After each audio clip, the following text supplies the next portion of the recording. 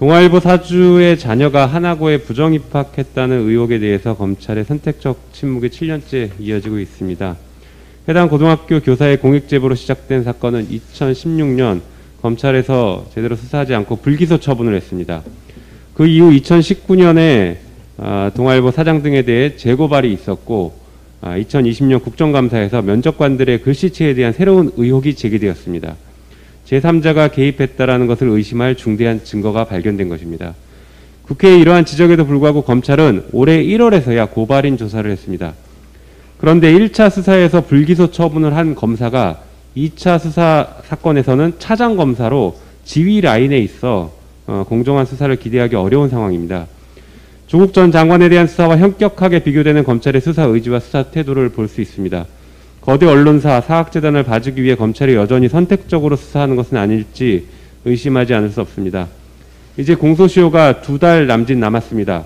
검찰이 봐주기 위해 공소시효를 넘기는 사태는 더 이상 용납될 수 없습니다.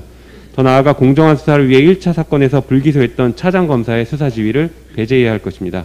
윤석열 검찰의 판사사찰 문건이 잊혀져 가고 있습니다.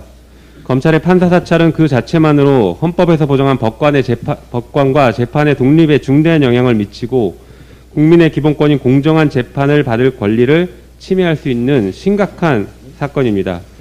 당시 대검 수사정책정보관실이 작성한 주요 특수공안사건 재판부 분석이란 문건에서 판사 30여 명의 정보가 담겼습니다.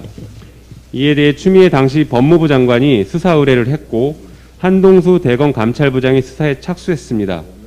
그러나 대검은 해당 사건을 서울고검으로 재배당했고 지난 2월 서울고검에서 윤석열에 대해 무혐의 처분을 했습니다. 판사사찰 문건이 적법한 직무집행이었다는 취지였습니다. 검찰이 스스로 또다시 사건을 덮었습니다. 한편 검찰이 사건을 덮는 일련의 과정에서 중요한 것은 검찰이 공수처법을 정면으로 위반했다는 것입니다. 공수처법 제25조 제2항에 따라 검사의 직권남용 등에 대한 범죄 혐의는 공수처에 의무적으로 이첩해야 합니다.